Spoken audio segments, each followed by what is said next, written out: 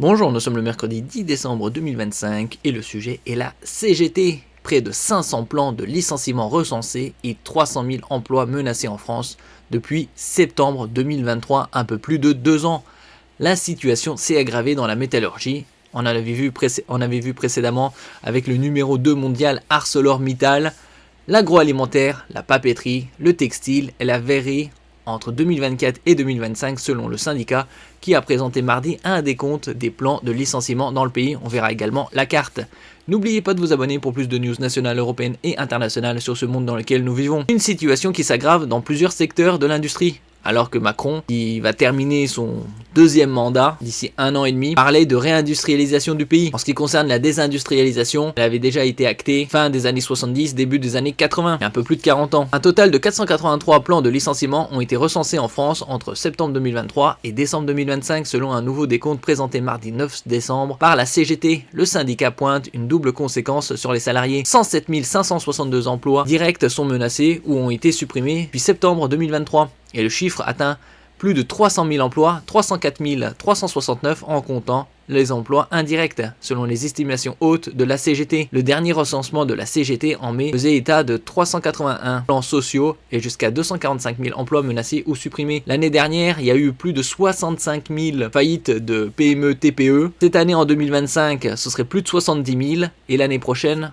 selon certains spécialistes analystes économiques, ce serait également plus de 70 000. Derrière les chiffres, il y a des familles brisées et des territoires dévastés, a alerté la secrétaire générale de la CGT, Sophie Binet, en présentant la liste noire des plans de licenciement du syndicat, qui évoque une enquête militante. Il n'a jamais été aussi facile de licencier qu'aujourd'hui, a aussi estimé la chef de la CGT, qui s'inquiète d'une dégradation dans plusieurs secteurs industriels, métallurgie, agroalimentaire, papeterie, textile, verrerie. Plus de 22 000 emplois supprimés ou menacés dans la métallurgie, alors qu'il parlait de réindustrialisation et également de réarmement. La CGT a particulièrement insisté sur la casse industrielle en cours dans l'automobile et la sidérurgie, illustrée par la situation d'ArcelorMittal, qui est numéro 2 mondial, on avait vu ça précédemment, qui prévoit de supprimer 600 postes en France, et de Novasco, où près de 550 emplois doivent être supprimés après la reprise de ce fleuron de la sidérurgie française. Plus globalement, plus de 22 000 emplois directs ont été supprimés ou sont menacés dans la métallurgie, tandis que le chiffre atteint 10 000 dans l'industrie chimique. Il faut relocaliser et décarboner notre outil industriel, a jugé Sophie Binet, et a estimé que la situation politique en France consécutive à la dissolution, mais aussi les droits de douane appliqués par les États-Unis, avaient aggravé l'état de l'industrie en France. Face à cette situation, le syndicat propose 5 mesures d'urgence, dont un moratoire sur les licenciements, la nationalisation temporaire ou pérenne de certaines entreprises stratégiques comme ArcelorMittal, ou le remboursement par les entreprises des aides publiques en cas de plan social, fermeture ou délocalisation. Si on peut voir la carte, les plans de licenciement recensés en 2025,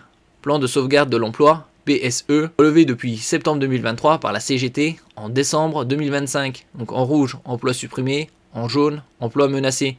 On voit c'est surtout en Île-de-France, ce qui est assez normal, puisque l'Île-de-France c'est à peu près 20% de la population du territoire, aux alentours de Marseille, et dans le nord, on va voir quelques exemples ici. Par exemple en rouge, Orange Business Service, Saint-Denis 93, emploi supprimé 643, emploi menacé 8000. En jaune par exemple, NG Home Service, Paris 92, emploi supprimé 0, emploi menacé 4500. Dans le nord, Auchan, Croix 59, emploi supprimé 2389, emploi menacé 0. Dans le sud par exemple, Millet, Aix-en-Provence 13, emploi supprimé 10 000. ArcelorMittal Fos-sur-Mer 13, emploi menacé 2500. Dans l'ouest par exemple, Conseil régional Pays de Loire, Nantes 44, emploi menacé 2500. On a également dans la région de Saint-Étienne, Casino, emploi supprimé 3300. Et donc ça c'est entre septembre 2023 et décembre 2025, sur un peu plus de 2 ans.